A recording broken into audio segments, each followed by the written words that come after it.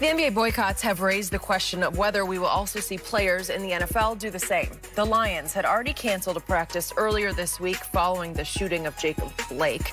And USA Today's Jared Bell said that this was a sign of evolution and protests within the NFL and that it better, quote, brace itself. Guys, just so you know, Washington, the Jets, and Colts have currently canceled practices today. So, Shannon, how will this boycott movement impact the NFL in your opinion? Skip, I'm not really sure, because the one thing that we know that other sports organizations have always been more unified than the NFL. Basketball, Skip, there's a reason why they have guaranteed contracts. There's a reason why they don't have franchise tags. There's a reason why after 4 years they're free agents. Not a fifth-year option, not two franchise tags and a possible transition tag. There's why. You remember baseball, Skip, in '94? They shut down the season. Yeah. So we shut it down.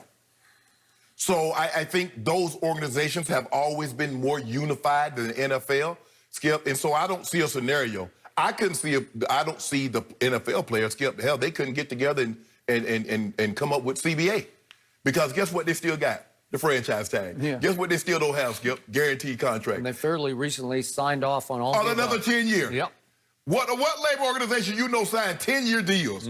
Not Skip, not 3 and an option. 10 years. The thing is I think with basketball players, Skip, I think because, and I get it, because they've been unified for so long, they have guaranteed contracts. Some of these guys, and some of the NFL players, Skip, if they don't play another game, they got $150, $200 million, so they're good. It's the lesser tier guys that feel the pinch, the sting of not playing an entire season. So, Skip, I think the thing is, if NBA boycott the playoffs and the remainder of the season, and the NFL goes out there and play, does it undermine what the NBA has done? It's really hard to say, Skip, because I've really never thought the NFL would go that far, because only a handful was willing to show support for Colin Kaepernick.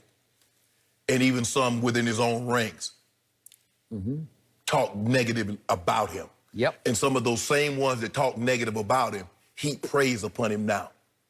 So for me, Skip, it's really hard to say the direction in which the NFL, but I tell you what they could have had they not signed that CBA and threatened to hold out this season, they could have gotten a lot more, and they could have gotten some of these owners that are powerful. Because they're like, guess what, Jerry? You don't want us to take a knee? We're not gonna, guess what? We won't take a knee, but we won't even take a seat in the building. Yep. That would have been a message. It would have been. Help me out. What happened in 1987 to the National Football League? They struck. They struck. Yep. And what did the owners do? Watch this. We got what they call them scabs. They didn't call them scabs. That's what people outside the NFL call them. But they call them replacement players. Replacements. Yes. And guess what, Skip? Fans still showed up. They did. And networks still put it on TV. I still went to the press box every Sunday, and I covered the scabs. They didn't want them called scabs, but I covered the replacement players. Right. And it just obviously wasn't the same, but people still watch because they love their NFL. Right. And finally, we got to a Monday night game fairly late in the season at Dallas. Washington at Dallas, arch rivalry. And a bunch of star Cowboy real players walked the picket line. And they said, we're playing. Yeah. And Joe Gibbs' team had all replacement players, and they kicked the golden tails of those who walked the picket line. They did. Okay, just for the record. So that's obviously always a possibility if you want to go that far. Let me get back to the man who wrote this piece for USA Today that Jenny talked about as she led us into this topic. His name is Jarrett Bell. We've had him on the show a number of times. Jarrett Bell has been a long-time prominent African-American voice in this country for USA Today as the pro football columnist. I have known Jarrett Bell since we were first teammates in 1982 at the Dallas Times-Herald, and trust me, he's a good man. He is. He's level-headed, he's even-keel, He will take a stand and a passionate stand, but he will look before he leaps. He will do his homework, and he will speak from solid ground. there's no knee jerk in Jarrett Bell. So very early this morning on my treadmill, I'm reading this piece that he wrote, because I read everything Jarrett writes, and it startled me because it is spilling with passion, almost raw passion, maybe the rawest I've ever felt in a piece written by Jarrett Bell, with a line that said, the league, as in the NFL, had better brace itself for protests that could go far beyond kneeling, which led me to, obviously, boycotts. Well, obviously, if they were playing the per usual preseason games right now, I'm pretty sure this weekend's games would be boycotted, right? Yep. I just believe they would be, and maybe next week's too. I don't know that for sure, but that's my gut on what's happening in our country right now in a very good way. But it doesn't start the National Football League because of, obviously, the COVID concerns 2 weeks from today. until September 10th, Thursday night, September 10th, and we got Texans at Chiefs, Correct. right? Yep. Okay, and then it's Sunday's a full slate, ending with Sunday night, Cowboys at Rams, followed into a Monday night slate of 2 games, obviously, and here we go. Yep. Are those games at this moment in any jeopardy? I'm going to assume that they are. I'm assuming there are going to be some discussions because I've seen this league be more unified in its leadership thinking than ever before. I got it about the CBA. I got it. But we did see Patrick Mahomes lead a video of players, right? Yep. To vote.